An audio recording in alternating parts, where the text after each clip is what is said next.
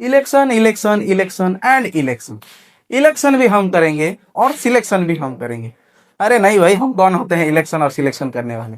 ठीक है, तो माई बाप देख लो, इलेक्शन आखिर कहाँ चल रहा है। इलेक्शन चल रहा है बिहार पे, और चारों तरफ माहौल पूरा गर्म है।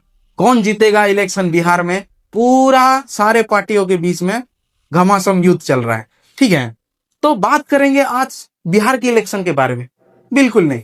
आखिर इलेक्शन कौन करवाता है, क्यों होता है और कैसे होता है, इसके बारे में हम लोग, इस कॉन्सेप्ट को हम आज के वीडियो में सीखेंगे। So hello and welcome to extra Gyan Setu. आज के इस क्लास में हम लोग देखेंगे इलेक्शन कमीशन ऑफ इंडिया। आखिर ये कौन है, इलेक्शन कमीशन ऑफ इंडिया कौन है, तो विस्तार रूप में देखेंगे आखिर ये इलेक्शन कमीशन ऑफ इंडिया आखिर है कौन।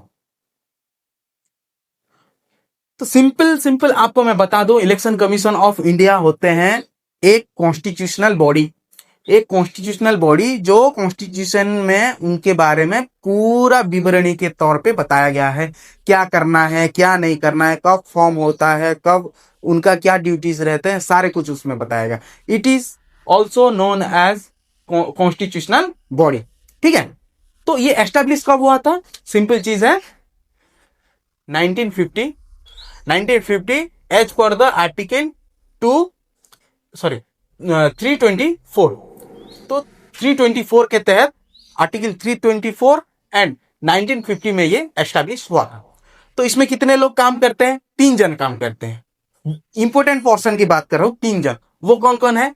Chief election commission, chief election commission एक होते हैं, और इलेक्शन कमीशन होते हैं 2।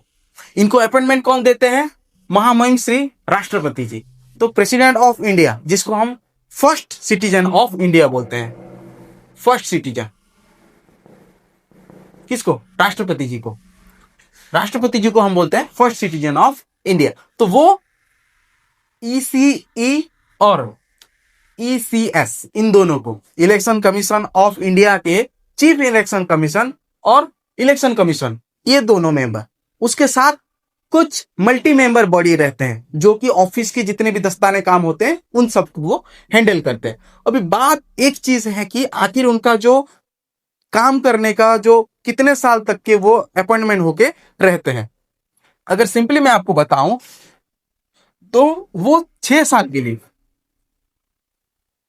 6 साल के लिए वो 6 साल के लिए वो अपॉइंटमेंट रहते हैं। लेकिन अगर उसी बीच में अगर उनका एज 65 को टच कर लेता है, मान लो एक जन को अपॉइंटमेंट हुआ था as a chief election commission जो कि 62 एज में, ठीक है, तो नियम के हिसाब से अगर हम लोग 6 साल देखेंगे तो 68 ईयर हो जाएगा, 68 ईयर हो जाएगा। But as per the law अगर उनको 65 अगर पहले हो जाता है तो उसी टाइम वो अपने जगह से रिमूव हो जाते हैं। ठीक है, तो इस्तीफा दे देते हैं। तो क्या होता है, उनका जो कार्यकाल समाप्त हो जाता है। तो कब पूरा होता है? आइदर 65 होना चाहिए, नहीं तो 6 साल, दोनों में से कोई एक सेटिस्फेक्शन होना चाहिए। ठीक है, अब देखना यह है कि आखिर बिहार में किस चीज की तहलका मची है, किस चीज के बारे में इलेक्शन हो रहे हैं, आइदर री इलेक्शन हो रहा है कि फ्रेश इलेक्शन हो रहा है। तो आपके लिए, मैं आपके इंफॉर्मेशन के लिए मैं बता दूं कि जिस कंट्री में कॉन्स्टिट्यूशन है, जरूरी नहीं कि हर वो कंट्री जिसमें इलेक्शन हो रहा है वो डेमोक्रेटिक कंट्री है। लेकिन जो कंट्री डेमोक्रेटिक है उसमें इलेक्शन होना अनिवार्य है। इसका मतलब यह है, अगर इलेक्शन हो रहा है तो जरूरी नहीं कि वो डेमोक्रेसी कंट्री हो, बिल्कुल भी नहीं। लेकिन अगर एक कंट्री डेमोक्रेटिक है तो इलेक्शन वहां होना ही होना है। इंडिया में क्या होता है? ईच 5 ईयर, 5 साल में, हर 5 साल में इलेक्शन होते हैं। ठीक है, तो हाल ही में बिहार में चल रहा है इलेक्शन। कौन से पदवी पे इलेक्शन हो रहा है? MLA सीट में। कितने MLA सीट है?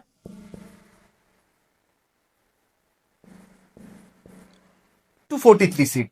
अब कौन जीतेगा कैसे पता चलेगा? जिसके पास मेजोरिटी होगा।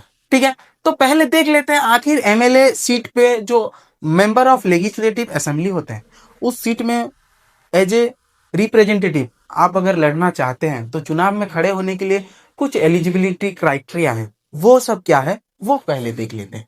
पहली चीज है कि आप जैसे भी करके एक इंडियन सिटीजनशिप होना चाहिए, ठीक है, आपके पास इंडियन सिटीजनशिप होना चाहिए, फर्स्ट थिंग्स। सेकंड चीज, आपकी एज 25 ईयर होना चाहिए। अगर आपका एज 25 से अगर बिलो है तो यू आर नॉट एलिजिबल, आप एलिजिबल नहीं रहेंगे। बट अगर वहीं आपका एज 25 और 25 प्लस तो आप वहां एलिजिबल रहेंगे, ठीक है। और कुछ वहां नेगेटिव चीज आपके लिए है कि आपके पास किसी भी तरीके का सरकारी नौकरी नहीं होना चाहिए।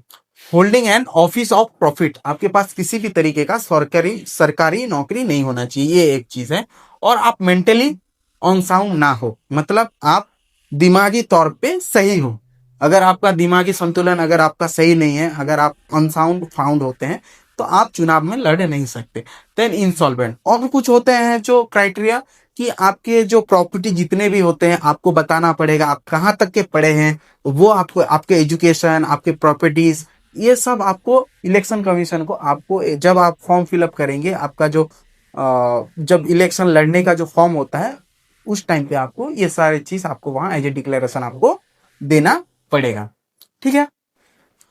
तो अभी जो बिहार में इलेक्शन चल रहा है, कुछ दिन बाद उसका जो चुनाव का रिजल्ट वो हमारे सामने आ जाएगा। क्या वो नतीजा होगा, कौन सा टीम कितना, कौन सा ग्रुप को, कौन से लीडर को कितना मात्रा में वोट मिला है और कौन सा दल जीत के आया है, ठीक है। तो कैसे बनेगा government form, how who form the government after fresh election, कौन आखिर बनाता है, क्या वो क्राइटेरिया है, क्या वो प्रोसेस है और कैसे बनाते हैं, ठीक है, इसी चीज के बारे में देखेंगे। ओके, तो जब भी रिजल्ट डिक्लेयर होगा, पहली चीज है कोई भी एक टीम जीत के आएगा, ठीक है, कोई भी, चाहे वो बीजेपी हो या फिर कांग्रेस भी हो, चलो तो मान लो बीजेपी या कांग्रेस या फिर कोई भी दल चुनाव में जीत के आता है। कब जीतेगा, कंडीशन ये है क्योंकि वहां टोटल नंबर ऑफ सीट है 243, तो ठीक है, तो किसको जीतेंगे बोलेंगे, जिसके पास मेजोरिटी सीट होगा। मेजोरिटी कब बोला जाएगा, 123 सीट, तो जिस पार्टी के पास 123 सीट है वो मेजोरिटी कहलाएगा।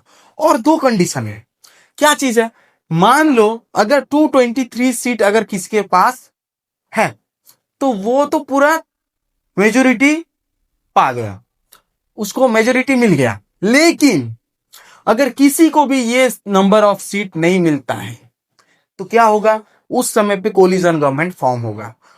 क्या होता है और कैसे फॉर्म होता है, आइए देखते हैं। तो पार्टी, डायरेक्ट पार्टी बनेगा या फिर कोलिजन गवर्नमेंट बनेगा, जो मेजोरिटी सीट आइडेंटिफाई करेगा। जो पार्टी के पास 123 सीट है वो तो सीधी तरीके से बना लेगा गवर्नमेंट, लेकिन अगर किसी पार्टी के पास 123 सीट नहीं रहा तो उस केस में क्या होगा देख लो। उस केस में ऐसा होगा कि 2-3 party, more than 2 number of party मिलके, ठीक है, 2 पार्टी हो या फिर 2 से ज्यादा हो, मिलके क्या करेंगे, अचीव करेंगे मेजोरिटी। वो लोग क्या करेंगे, आइडेंटिफाइड करेंगे मेजोरिटी, मतलब 123 सीट प्लस 123 सीट वो लोग को जैसे भी करके मिलके एक कोलिजन गवर्नमेंट फॉर्म करेंगे, ठीक है। और एक चीज क्या होता है, their elected leaders is choice as chief minister, ठीक है। बात आती है कि सीएम कौन बनेगा, ठीक है। अगर पार्टी डायरेक्ट अगर एक पार्टी आती है तो वो लोग जिसको चुनते हैं वो सीधा एक लीडर, जो लीडर रहता है वो सीएम बन जाता है। दिक्कत कब होता है, दिक्कत तब होता है जब कोलिजन गवर्नमेंट फॉर्म होता है। उस समय पे क्या होता है, 2 पार्टी के बीच में कुछ बातों को लेके कोलैप्स होगा। इसी वजह से क्या होता है, एक तो बनते हैं सीएम और दूसरा बनते हैं डेप्यूटी सीएम, ठीक है।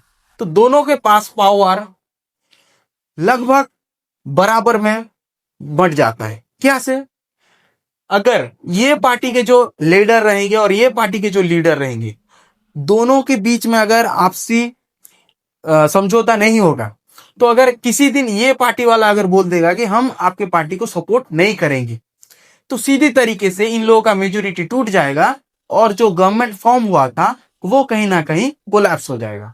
इसी वजह से दोनों पार्टियों में ये डर लगा रहता है कि ताकि दोनों में जो उनका कोऑर्डिनेशन है वो बरकरार रहे और ठीक तरीके से चले।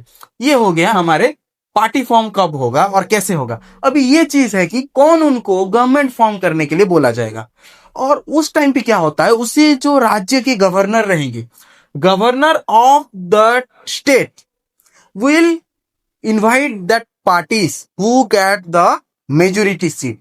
उन लोगों को बोला जाएगा कि आप आइए और गवर्नमेंट फॉर्म कीजिए। सिंपल चीज है।